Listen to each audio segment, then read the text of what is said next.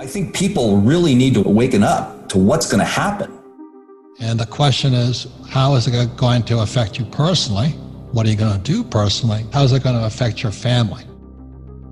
I would just be very prepared for what's about to happen, especially as we get closer to the election. It's going to be like an asteroid hitting planet Earth. So the real purpose of this show is to prepare for it.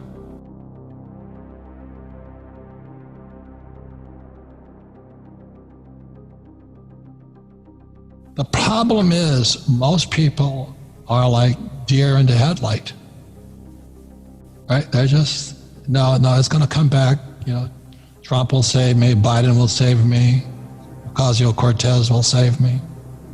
But I think that we're heading into the biggest disaster I've ever seen. We all know at this point 55 million Americans lost their jobs. Reports just came back yesterday that the U.S. GDP dropped 32.9%. Let me say this one more time. U.S. GDP in second quarter lost 32.9%. That's like a company's revenue dropping 33%, which is scary, but it's a country, which is even scarier.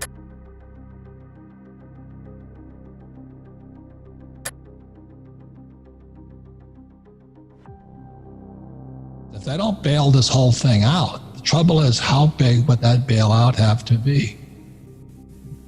How big would it have to be? There's a thing called CMBS, commercial mortgage-backed securities. They're like the loans on the office buildings and shopping centers and all that. They're broke. Can the Fed bail them out? Plus the pensions, plus mom and pop who lose their jobs. They could be 40, 50 years old, 3 kids, a mortgage.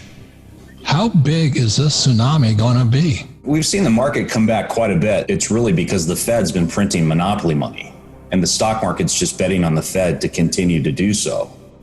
I see a train wreck coming at the end of this month when you have the $600 a week benefit ending, student debt relief ending, mortgage debt relief, and this crisis, which the media will not let go. I see a collision course headed in the market very soon. So this false sense that your 401k balance has increased, I would just be very prepared for what's about to happen. What you're aware of, you can control, but what you're not aware of will control you. And the more you're aware of what's going on in the economy, pension, and the stock market, the more you can prepare for plan B. Let me give you an idea how long it takes to print $1 trillion. It takes less than a minute, 12 keystrokes. But if you were to spend $1 trillion at $1 a second, it would take him 34,000 years.